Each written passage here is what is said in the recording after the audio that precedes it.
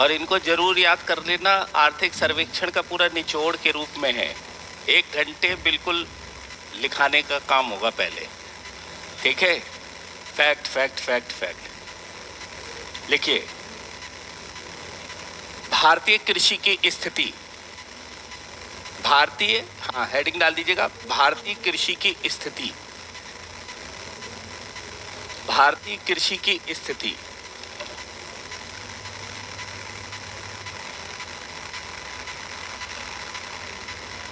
पहला पॉइंट लिखिएगा, पहला पॉइंट, भारतीय कृषि,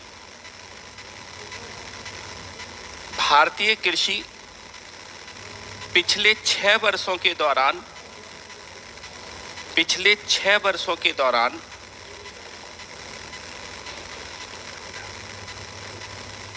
6 वर्षों के दौरान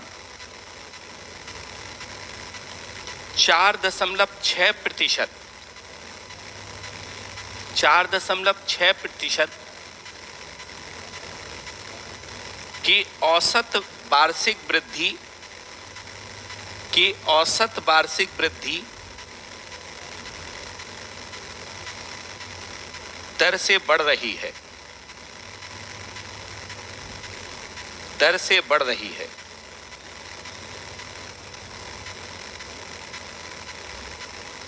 दो 2020-21 में, इसी में लिखिएगा, 2020-21 में 3.3%, 3.3% की तुलना में, की तुलना में 2021-22 में, 2021-22 में 3% की वृद्धि हुई है, 3% की वृद्धि हुई है।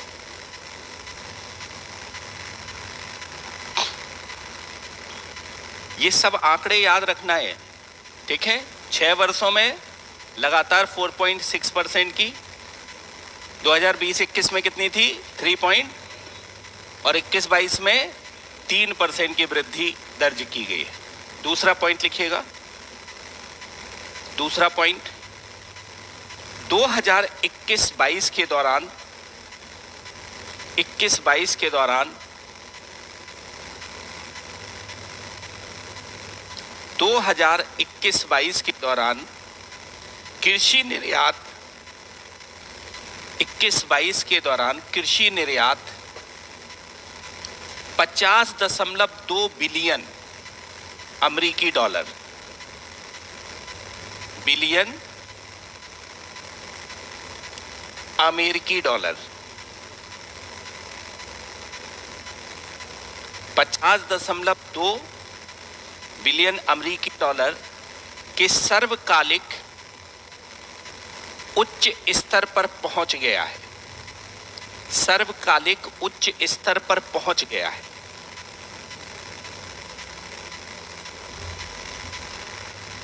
तीसरा पॉइंट, तीसरा पॉइंट,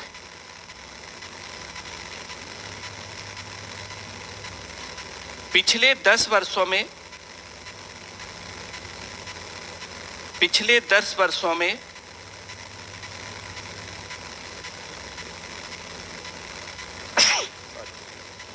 खाद्यान्न उत्पादन में, पिछले 10 वर्षों में खाद्यान्न उत्पादन में निरंतर वृद्धि हुई है,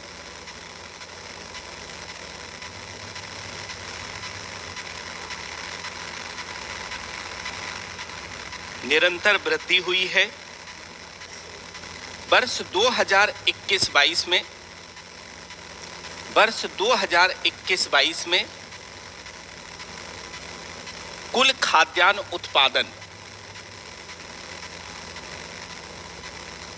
कुल खाद्यान्न उत्पादन 315.7 मिलियन टन होने का अनुमान है, 315.7 मिलियन टन होने का अनुमान है।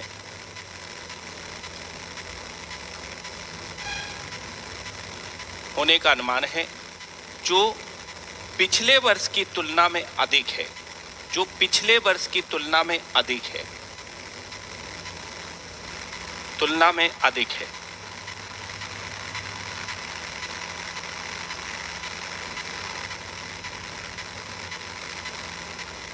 नेक्स्ट पॉइंट, 10 वर्षों में खाद्यान्न की उपज प्रति हेक्टेयर भी बढ़ी है, प्रति हेक्टेयर भी बढ़ी है।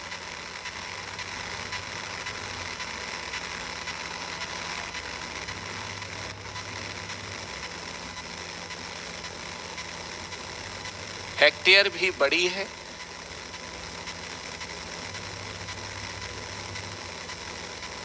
लिखिएगा 2021-22 में, ये अगर कोई तो आपका पुराना दोस्त अगर कर रहा हो, ठीक है, तो उससे कह देना सर ने नए डेटा लिखा दिया है। भाई कोई हो सकता है पिछले बैच का हो, तो पिछले बैच का जो डेटा है वो चेंज कर रहा हूँ इस क्लास में। जो कुछ लिखाया था वो सब बदल गया है, ठीक है। तो अब ये उनको प्रोवाइड करा दीजिएगा जो लोग पुराने बैच के अगर लिंक में हो कि सर ने कहा है डेटा चेंज किया है सर ने, वो ठीक है। लिखाए थे उनको कुछ और लिखाए थे, ठीक है।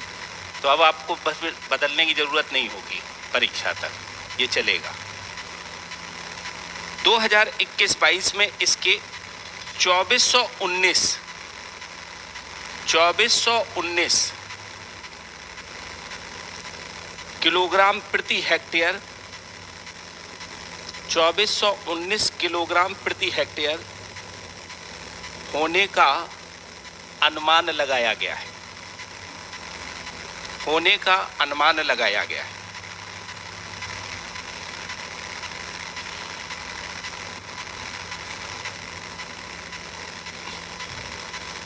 फूड ग्रेन में शामिल होते खाद्यान्न में कौन? अनाज और दालें, याद रहेगा। अनाज में क्या आते हैं? गेहूं, चावल और मोटे अनाज, ठीक है, ये अनाज में आते हैं।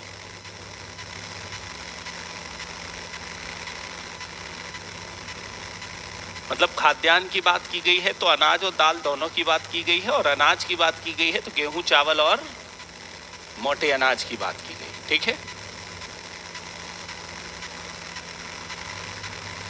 लिखिएगा वर्ष 2, हेडिंग डाल दीजिएगा, वर्ष 2021-22 में, वर्ष 2021-22 में हेडिंग डाल दीजिएगा, वर्ष 2021-22 में दो बड़े उत्पादक राज्य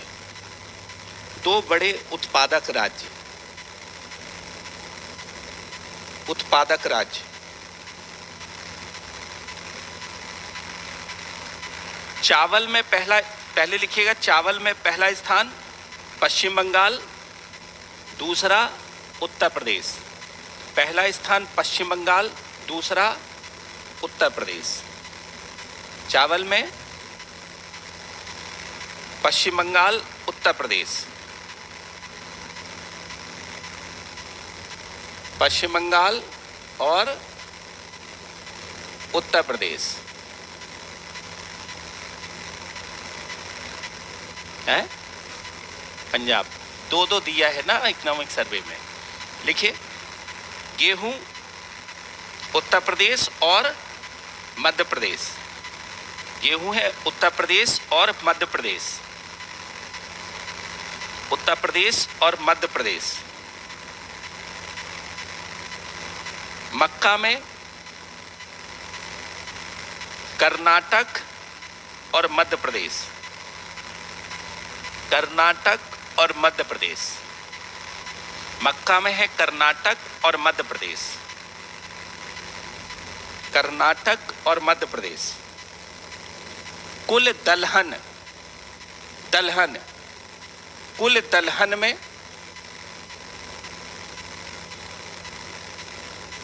कुल दलहन में पहला स्थान मध्य प्रदेश और दूसरा है राजस्थान। पहला है मध्य प्रदेश, दूसरा है राजस्थान। कुल खाद्यान्न में नेक्स्ट है कुल खाद्यान्न। कुल खाद्यान्न में है उत्तर प्रदेश और मध्य प्रदेश, उत्तर प्रदेश और मध्य प्रदेश। नेक्स्ट है कुल तिलहन में, तिलहन दलहन के बाद तिलहन, तिल राजस्थान और महाराष्ट्र। राजस्थान है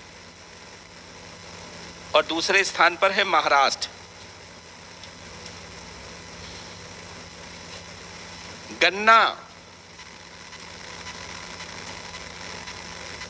गन्ना उत्तर प्रदेश और सेकंड नंबर पे महाराष्ट्र,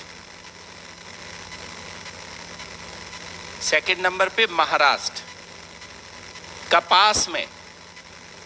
कपास महाराष्ट्र और गुजरात।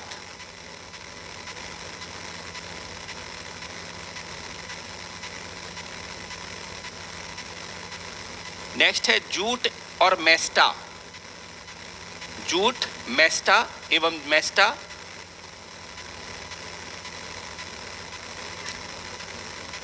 जूट के रेशे पश्चिम बंगाल और बिहार, पश्चिम बंगाल बिहार।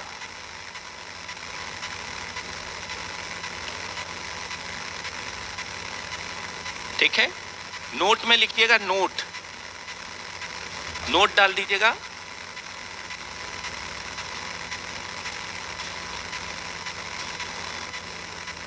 दाल की प्रति व्यक्ति शुद्ध उपलब्धता, दाल की प्रति व्यक्ति शुद्ध उपलब्धता,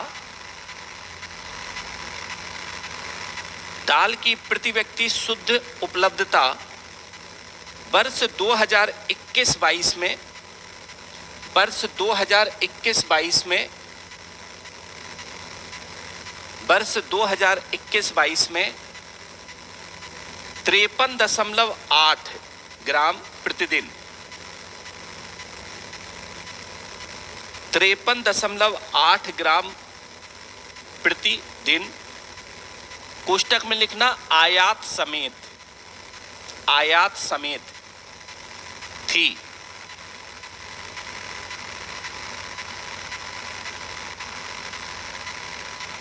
जो आईसीएमआर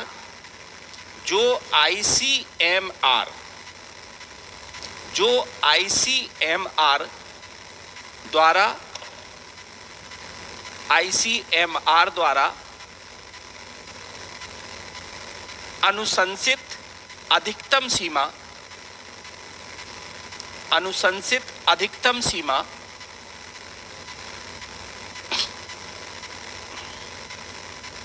40 ग्राम प्रतिदिन से अधिक है, 40 ग्राम प्रतिदिन से अधिक है।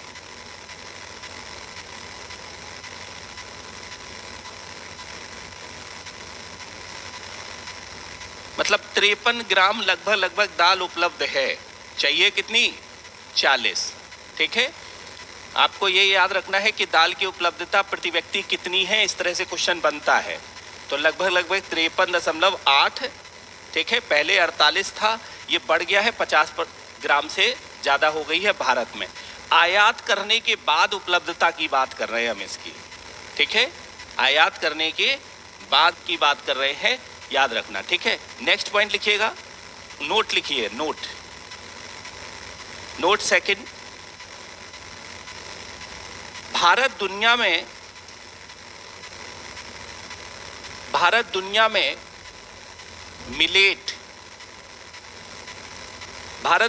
मिलेट का सबसे बड़ा उत्पादक है।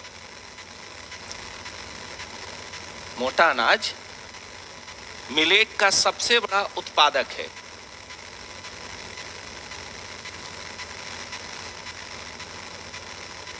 वर्ष 2021-22 वर्ष 2021-22 में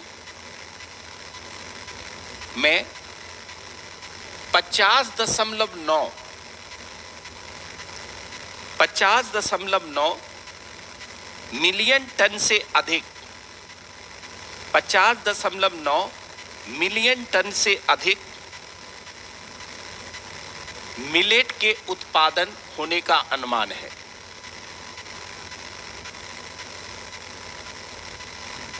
होने का अनुमान है, हाँ, मिलियन टन, मिलियन वाला, ठीक है, टन होने का अनुमान है। इसी में नोट नंबर सेकंड में पहला पॉइंट के बाद दूसरा पॉइंट और लिख लीजिएगा। संयुक्त राष्ट्र महासभा ने संयुक्त राष्ट्र महासभा ने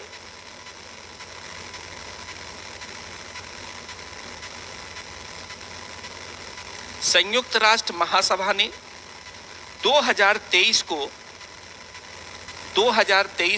संयुक्त राष्ट्र महासभा ने 2023 को अंतर्राष्ट्रीय मिलेट वर्ष के रूप में घोषित किया है। अंतर्राष्ट्रीय मिलेट वर्ष के रूप में घोषित किया है। वर्ष के रूप में घोषित किया है।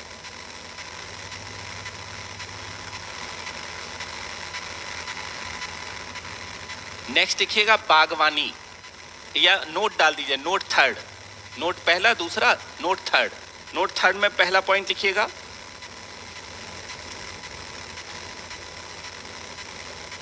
पहला पॉइंट, कृषि और कृषक कल्याण मंत्रालय के अंतर्गत कृषि और कृषक कल्याण मंत्रालय के अंतर्गत कृषि और कृषक कल्याण मंत्रालय के अंतर्गत कृषि सहकारिता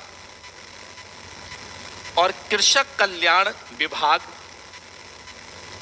कृषि सहकारिता और कृषक कल्याण विभाग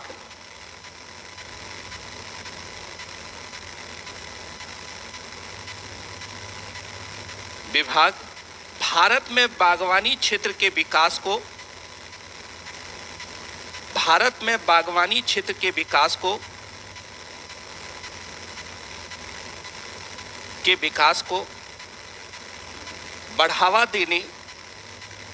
बढ़ावा देने का मुख्य विभाग है।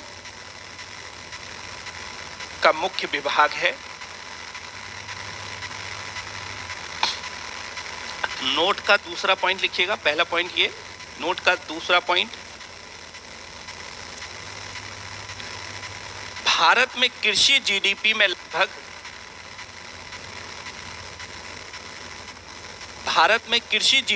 लगभग 33% हिस्सा, कृषि जीडीपी में लगभग 33% हिस्सा बागवानी का होता है। 33% हिस्सा बागवानी का होता है।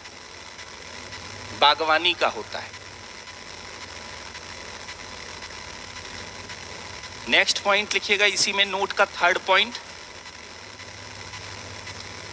कुल फल उत्पादन में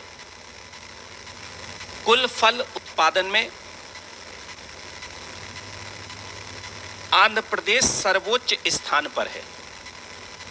कुल फल उत्पादन में आंध्र प्रदेश सर्वोच्च स्थान पर है। आंध्र प्रदेश सर्वोच्च स्थान पर है। इसके बाद महाराष्ट्र का स्थान आता है।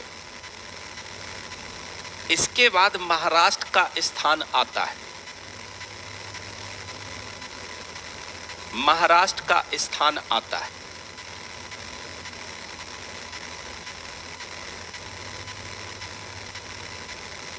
नेक्स्ट पॉइंट, चौथा पॉइंट लिख लीजिएगा इसमें, तीसरे के बाद, सब्जी उत्पादन में उत्तर प्रदेश सबसे आगे है।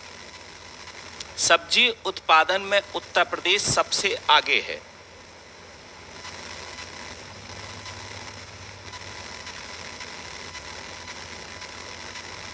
नेक्स्ट पॉइंट लिख लीजिएगा। सब्जी उत्पादन में कौन है? उत्तर प्रदेश। नेक्स्ट पॉइंट, फूलों के उत्पादन में तमिलनाडु पहले स्थान पर है। तमिलनाडु पहले स्थान पर है और उसके बाद आंध्र प्रदेश का स्थान है। उसके बाद आंध्र प्रदेश का स्थान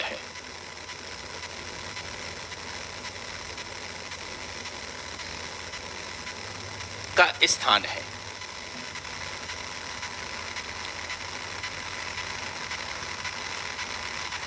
नोट नंबर नेक्स्ट डाल दीजिएगा।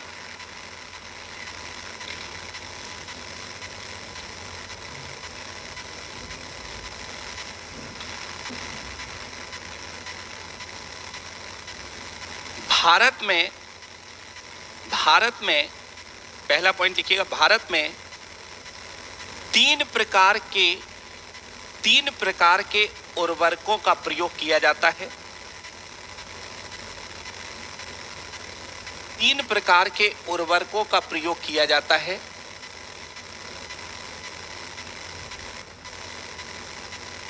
तीन प्रकार के उर्वरकों के प्रयोग किया जाता है।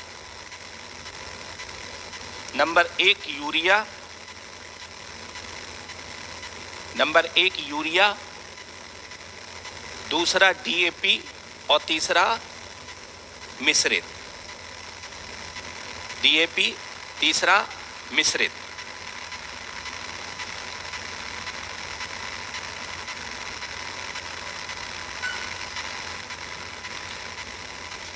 दूसरा पॉइंट लिखिएगा नोट का। यूरिया भारत में सर्वाधिक उत्पादित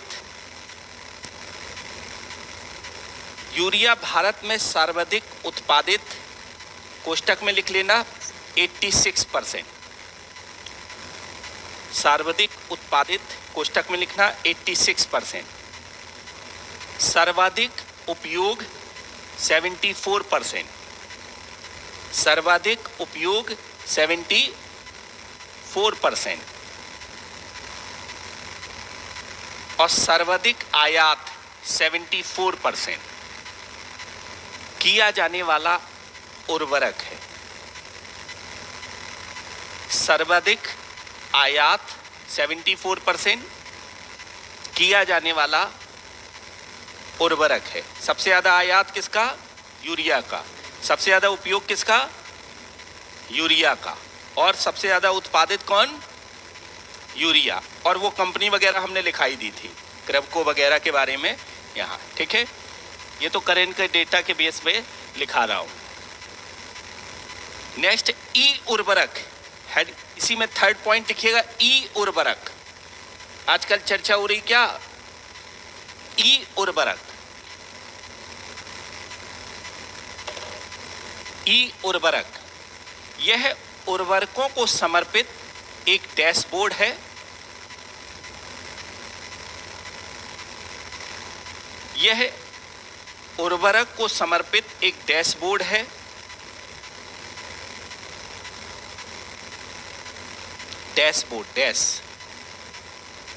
डैशबोर्ड है। यहां राष्ट्रीय, राज्य और जिला स्तर, यहां राष्ट्रीय, राज्य और जिला स्तर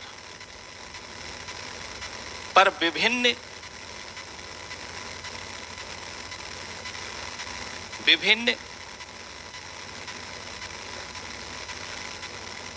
उर्वरक की आपूर्ति उपलब्धता, विभिन्न उर्वरक की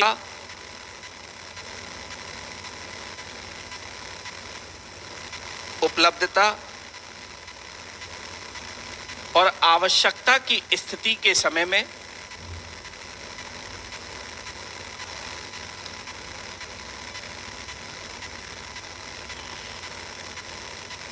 आवश्यकता की स्थिति के समय में वास्तविक सूचना प्रदान की जाती है।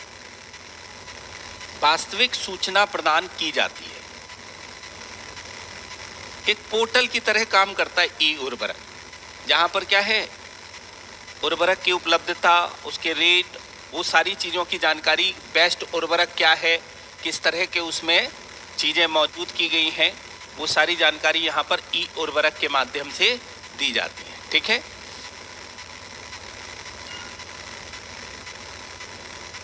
नोट लिखिएगा। नेक्स्ट, सब नोट में है ये पॉइंट। नोट नेक्स्ट, कृषि जोतों का विवरण, हेडिंग डाल दीजिएगा इसी नोट में, कृषि जोतों का विवरण, जोतों का विवरण।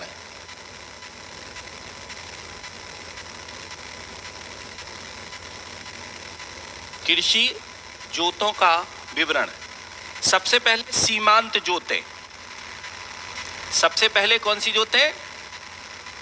सीमांत जोतें। 0 से 1 हेक्टेयर के अंतर्गत आने वाली जोतें क्या कहलाती हैं? सीमांत जोतें कहलाती हैं। और लगभग 68.45% सीमांत जोतें बनी हुई हैं। दूसरा, लघु जोतें। लघु जोतें कहलाती हैं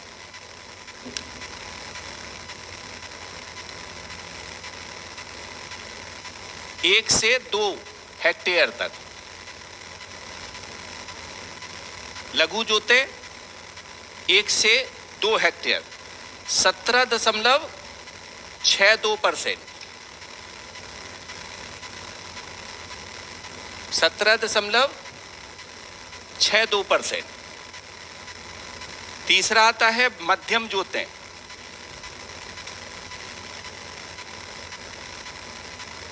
दो हेक्टेयर से 10 हेक्टेयर के बीच, 2 हेक्टेयर से 10 हेक्टेयर के बीच 13.35। और फिर आ जाता है कौन? बड़ी जोतें 10 हेक्टेयर से ज्यादा। अब आपसे क्वेश्चन ये नहीं पूछेगा, क्वेश्चन ये पूछेगा सीमांत और लघु जोतें कितने परसेंट है भारत में। दोनों को कंबाइंड मिलाकर पूछता है, दोनों को कंबाइंड मिलाकर पूछता है। सीमांत जोतों का प्रतिशत नहीं पूछता है। हमेशा ही याद रखना, सीमांत और लघु जोतें कितनी हो गई? लगभग 86% के लगभग बनी हुई है सीमांत और लघु जोतें। ठीक है,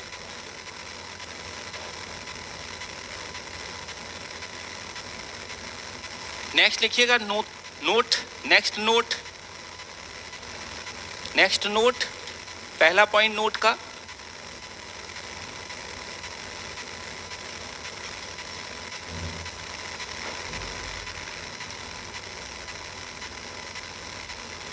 पहला पॉइंट, भारत वनस्पति तेल का दूसरा सबसे बड़ा उपभोक्ता, भारत वनस्पति तेल का दूसरा सबसे बड़ा उपभोक्ता और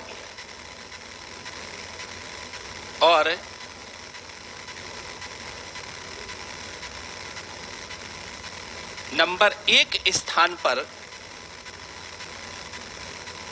आयातक है। 1 स्थान पर आयातक है।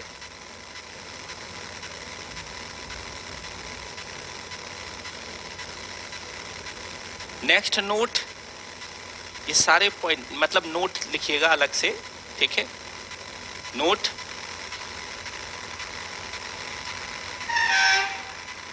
भारत में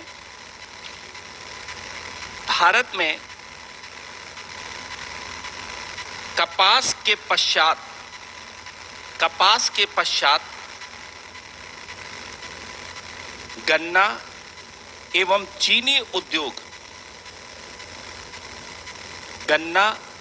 चीनी उद्योग दूसरा सबसे बड़ा कृषि आधारित उद्योग है। गन्ना एवं चीनी उद्योग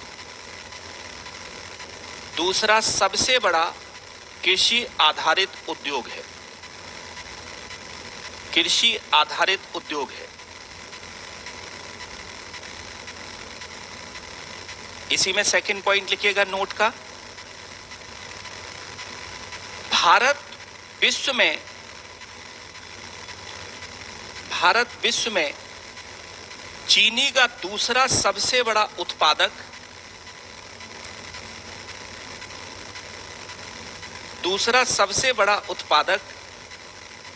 या व उपभोक्ता देश है। चीनी का दूसरा सबसे बड़ा उत्पादक व उपभोक्ता देश है। अब आप लोग सोच रहे हो हम पहला क्यों नहीं लिखा रहे हैं, है ना? देखो, इसलिए नहीं लिखा रहे हैं क्योंकि इकोनॉमिक सर्वे के बेस पर ये डेटा लिखा जा रहा है, ठीक है, और सरकार की गवर्नमेंट की साइट पर जो दिया गया उस डेटा के बेस पर मैं लिखा दूं कोई फायदा नहीं। क्योंकि पहले क्या होता था कि गवर्नमेंट जब इकोनॉमिक सर्वे देती थी आज से 5 साल पहले, तो उस समय सारा डेटा देती थी, पहले स्थान पर कौन है, दूसरे स्थान पर कौन है, तीसरे स्थान पर कौन है, ठीक है। अब क्या होता है कि डेटा नहीं देती है गवर्नमेंट। अब डेटा नहीं देती है तो अब आरटीआई वाले जो हैं ये लोग लगाते हैं और उसके बेस पर क्या होता है कि डेटा उपलब्ध कराया जाता है। सरकार तो देती नहीं है, उसके बेस पर डेटा उपलब्ध कराया जाता है। और आरटीआई में जो जानकारी दी जाती है वो होती तो ठीक है, लेकिन कभी कभी क्या होता है कि उसमें लिखा रहता है कि त्रुटि हो सकती है। कैलकुलेशन में बिल्कुल एग्जैक्ट वैल्यू तो देंगे नहीं ना वो, कि भाई इतने क्विंटल ही होगा, या फिर लिख देंगे क्या डेटा इन राज्यों का सम्मिलित नहीं है। तो अब क्या है कि इन राज्यों का सम्मिलित नहीं है तो डेटा वहां पर रिप्रेजेंट होता नहीं है गवर्नमेंट की साइट पर। तो दूसरा है तो वो दूसरा ही पूछेंगे, इतनी ही एक तरह से वहां पर क्वेश्चन की लेंथ बनेगी, चिंता मत करिएगा, ठीक है। पहले तो वैसे चीन है। नेक्स्ट लिखिएगा, नेक्स्ट नोट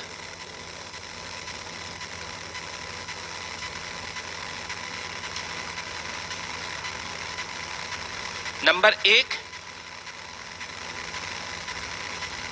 शुद्ध सिंचित क्षेत्र में से लगभग शुद्ध सिंचित क्षेत्र में से लगभग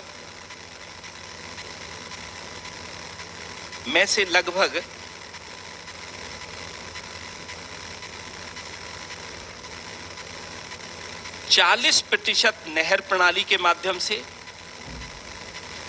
40% नहर प्रणाली के माध्यम से और 60% भूजल के माध्यम से सिंचित है और 60% भूजल के माध्यम से सिंचित है।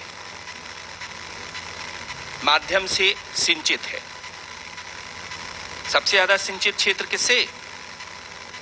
भूजल के माध्यम से सिंचित है, ठीक है। दूसरा लिखिएगा पॉइंट इसमें, भारत में शुद्ध वार्षिक भूजल उपलब्धता का अनुपात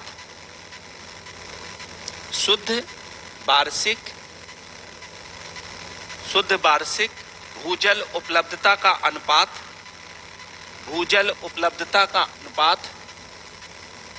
लगभग 63%।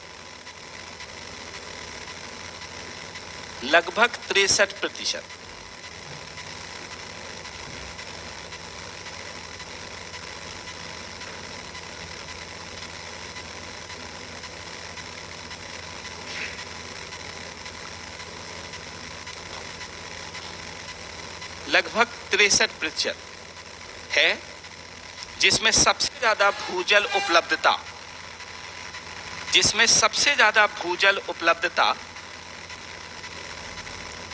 दिल्ली, हरियाणा,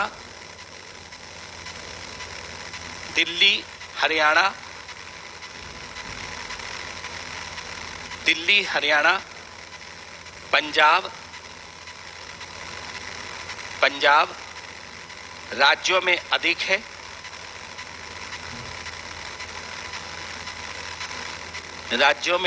अधिक है, जबकि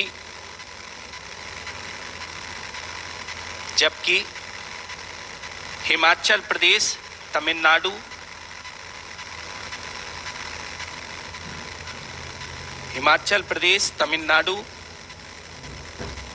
उत्तर प्रदेश व केंद्र शासित प्रदेश चंडीगढ़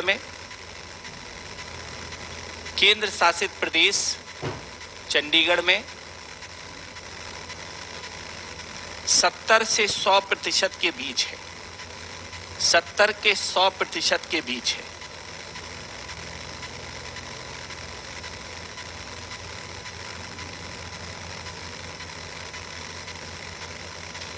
ठीक है, मतलब दिल्ली में भूजल उपलब्धता सबसे ज्यादा है।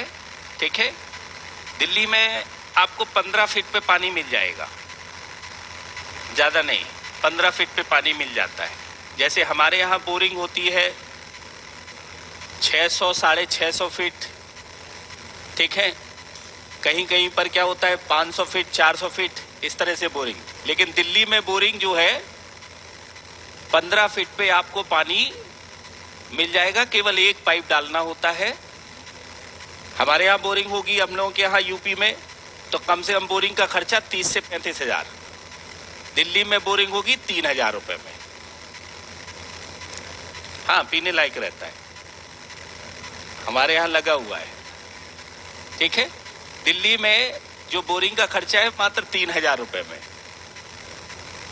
है। हाँ, पपड़ी हर जगह रहती है। ठीक है, पपड़ी हर जगह रहती है। दिल्ली में पानी की उपलब्धता बहुत अच्छी है, बहुत अच्छी नहीं, बहुत अच्छी है। फिर भी दिल्ली पानी से क्राइसिस में रहता है, शुद्ध पानी के रूप में नहीं माना जाता है, क्योंकि कचरा बहुत है नदी वगैरह में।